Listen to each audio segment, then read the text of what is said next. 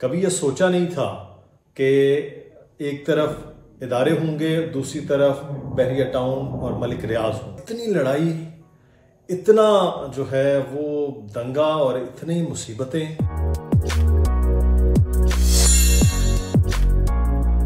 बिस्मिल्लाहिर्रहमानिर्रहीम, अस्सलामु अलैकुम जनाब। इतनी लड़ाई, इतना जो है वो दंगा और इतनी मुसीबतें, कभी ये सोचा नहीं था कि एक तरफ इदारे होंगे, दूसरी तरफ बहरिया टाउन और मलिक रियाज होंगे।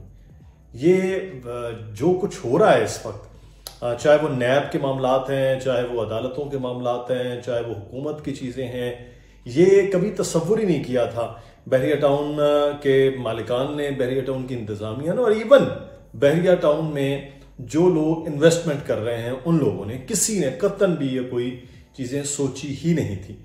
अब दो तीन चीज़ें बैक टू बैक हुई हैं। एक तो बहरिया टाउन में एक 190 मिलियन पाउंड का जो केस का मामला हुआ है, उसमें सज़ा हो गई इमरान खान को, उनकी अहलिया को, और बहरहाल बहरिया टाउन में के मालिकान को सज़ा नहीं हुई है और वो बच गए। अच्छा, दूसरी जानिब नैब ने एक एलामिया जारी कर दिया और वो कहा कि ये क्योंकि यहाँ पर फ्रॉड और इन चीज़ों में मुलव्वस हैं और पाकिस्तानी वहाँ पर दुबई में बहरिया टाउन की जो अपनी बहरिया टाउन दुबई आ रहा है उसमें ख़रीदारी ना करें। अगर वो कोई करेगा तो मनी लॉन्ड्रिंग तस्वुर होगा। अब ये बड़ी अजीब बात है कि बहरिया टाउन से मुतल्लिक या किसी भी जो सोसाइटी उससे मुतल्लिक नैब का इस किस्म का बयान आना। बहरहाल आज हम इस पे बात करते हैं कि ये यहाँ तक ये नहज जो आ गई है, इसके बाद होगा क्या। अब होना तो ये चाहिए था नैब की जानिब से कि बहरिया टाउन के जो कराची, लाहौर और इस्लामाबाद, पिंडी, इस्लामाबाद, इनके हवाले से बताया जाता कि ये लीगल हैं या नहीं है।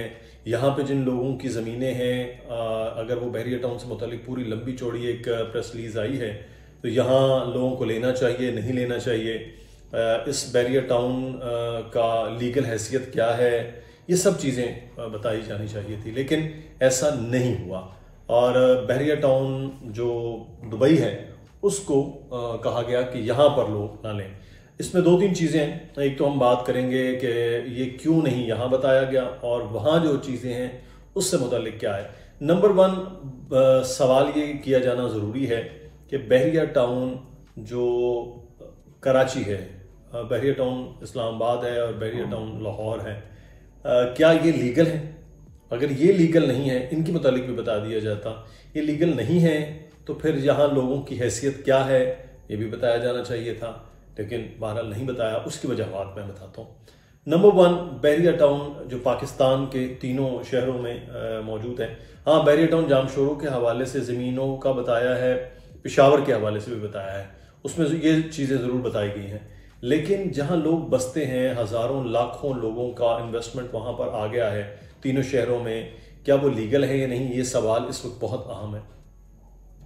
ये लीगल है, इसलिए नैब ने इससे मुतल्लिक कोई चीज़ नहीं बताई।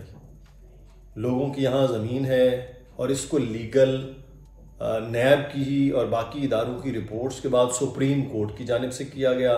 सुप्रीम कोर्ट की रिपोर्ट की फैसले के बाद ये भी कहा गया कि इतना इनको जुर्माना है, जुर्माना अदा करें। यानी कि इसमें जो 16,000 साढ़े 16,000 की जो जगह बहरिया टाउन कराची की है वो सारी लीगल हो गई। उसके बाद जो जगह है उस पर ज़रूर बात हो सकती है कि वो लीगल है या नहीं है, नैब उस पर तहकीकात भी करें। लेकिन यहाँ मैं आपको बताऊँ, ये चीज़ें तमाम तक क्लियर हो गई कि ये लीगल हर तरह से चीज़ है। इसलिए बहरिया टाउन कराची में या बाकी जगहों में इन्वेस्टमेंट करने वालों के लिए ये मसला तो हल हो गया। दूसरा टॉपिक जो ये है वो है बहरिया टाउन दुबई के हवाले से। एक बंदा है वो लीगल वे से अपने पैसे लेके जा रहा है अगर, और वो लीगल वे से ले जाने वाला दुबई में कुछ भी खरीद सकता है। वो इमार की प्रॉपर्टी खरीदे, वो बहरिया टाउन की प्रॉपर्टी खरीदे, या वहाँ सैकड़ों लाखों जो फ्लैट्स, अपार्टमेंट, दुकानें, पता नहीं क्या कुछ बना हुआ है, वहाँ से वो ख़रीदे। तो उसमें पाकिस्तान में मतलब वो क्या हो सकता है। आपको याद होगा तकरीबन आज से कोई 1 साल पहले के करीब या शायद 8-9 महीने पहले एक रिपोर्ट आई जी बहरिया टाउन दुबई में पाकिस्तानियों के सबसे ज़्यादा जायदादें हैं।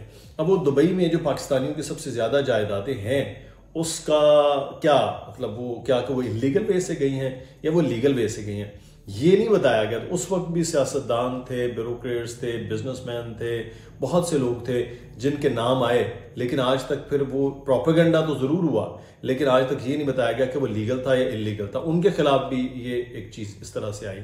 बहरहाल पाकिस्तानियों के लिए बाहर सरमायाकारी करें या पाकिस्तान में सरमायाकारी करें, उनके लिए मौके हैं, और ये हम अलग इंशाल्लाह वीडियो में बात करेंगे कि इस किस्म के पाकिस्तान और दुबई के आपसी जो खारजा ताल्लुकात हैं, दोनों ममालिक के ताल्लुकात, उस पर क्या इसके असरात हो सकते हैं, ये अलग बात हम डिटेल करेंगे इंशाल्लाह अगली वीडियोज़ में। लेकिन एक चीज़ जो बड़ी क्लियर है वो ये है कि यहाँ एक बंदा लीगल वे से ले जा रहा है तो उसको जवाब देना। ये अपना लोगों को डराया गया कि आप वहाँ ले जाएंगे तो आप के खिलाफ मनी लॉन्ड्रिंग का मामला होगा, और वहाँ जैसे जो पैसा लेके जाएगा। अब लोग तो भाई डरते हैं, फ्रैंकली स्पीकिंग, वो नैब हो, वो FIA हो, वो पुलिस हो, इवन कोई भी इदारा हो, उससे डरते हैं कि भाई खाम में हम इसमें ना पड़ जाएं। अब ये बहरिया टाउन दुबई अगर ये फ्लॉप होता है तो इसमें नुकसान मलिक रियाज के साथ साथ दुबई वालों का भी होगा या नहीं होगा, ये मुझे मतलब मैं इस पर श्योर नहीं हूँ। नेक्स्ट वीडियोस में हम ये ज़रूर बात करेंगे। लेकिन क्या इससे बहरिया टाउन का जो ओवरसीज़ पाकिस्तानी हैं जो यहाँ पैसा भेज रहे थे, अब वो दुबई भेजना शुरू कर देंगे कि अगर यहाँ दुबई का वो लोग तो कामयाब हो जाएंगे जो मलिक रियाज हैं या वहाँ के प्रॉपर्टी डीलर्स हैं या वो लोग हैं, लेकिन वो जो पाकिस्तान में पैसा आ रहा था उसके और वो जो एतमाद है वो सारे का सारा शेकी हो जाएगा। और जो ओवरसीज़ हैं वो कहेंगे चलो यार दुबई में इन्वेस्टमेंट कर लेते हैं बहरिया टाउन में। तो ये एक अजीब है। अब यहाँ लोग फंसे हुए हैं, जो एक आम आदमी है ना उसको समझ नहीं आ रही कि बेचारे के साथ होना क्या है। तो एक तरफ आप लोगों को डरा रहे हैं और मलिक रियाज कह रहे हैं जी मैं वादा माफ गवाह नहीं बनूंगा, वो एक सियासी मामलात में उलझे हुए हैं। आम आदमी जो है वो बेचारा फंस गया है, यार ये कर क्या रहे हैं हमारे प्रॉपर्टी के साथ, हमारी इन्वेस्टमेंट के साथ, हमने आगे करना है नहीं करना है। अब मलिक रियाज ने तो बहरहाल जो ट्वीट और वो जो उन्होंने एक लंबी चौड़ी डिटेल दी है उसमें तो कहा जी कि ये भी हो जाएगा तो वो भी हो जाएगा। रियासत पाकिस्तान को 30-35 साल याद ही नहीं आया यार इन इदारों को, नैब को, कि इसको पकड़ो। जो ये कहते थे पहिए लगा देंगे तो ये कर देंगे तो वो कर देंगे, अब वो कुछ भी जो है चीज़ वो उनके खिलाफ हुई नहीं, और अब कहा जा रहा है कि जनाब उसके वो किया जाएगा। बहरहाल इसमें बहरिया टाउन कराची के इस तरह की मार्केट लाहौर और इस्लामाबाद में झटकों के बाद बहरिया टाउन दुबई पे असरात आएंगे। लेकिन अब देखना यह है कि लोग बहरहाल यहाँ से पैसा निकालते हैं, दुबई पूछता नहीं है कैसे और कहाँ से आए हैं, वो तो चाह रहा है कि पैसा आए, इन्वेस्ट करे, और उन्होंने यहाँ इतनी तरक्की कर ली। जैसे मलिक रियाज ने कहा कि दुबई की तरक्की के पीछे ये भी वजह है कि वहाँ पर एक नैब जैसा इदारा नहीं है। बहरहाल नैब के ऊपर तो पाकिस्तान मुस्लिम लीग नून हो वो भी कहती रही, पाकिस्तान पीपल्स पार्टी भी कहती रही कि इस किस्म के इदारे किस काम के लिए हैं, वो सबको पता है। अब पाकिस्तान तहरीक इंसाफ उसके रगड़े में आया हुआ है। बहरहाल एक तरफ नैब जैसा इदारा होना भी चाहिए, लेकिन अगर उसका इस्तेमाल गलत हो रहा है तो वो भी लोग इतने कंफ्यूज हैं जितने मैं इस पूरी वीडियो में कंफ्यूज हूँ कि ये होगा क्या, ये लड़ाई किस नहज पर जाएगी और इसके बाद हालात क्या होंगे। आपकी राय क्या है ज़रूर बताइएगा। अपना ख्याल रखिएगा। अल्लाह हाफ़िज़।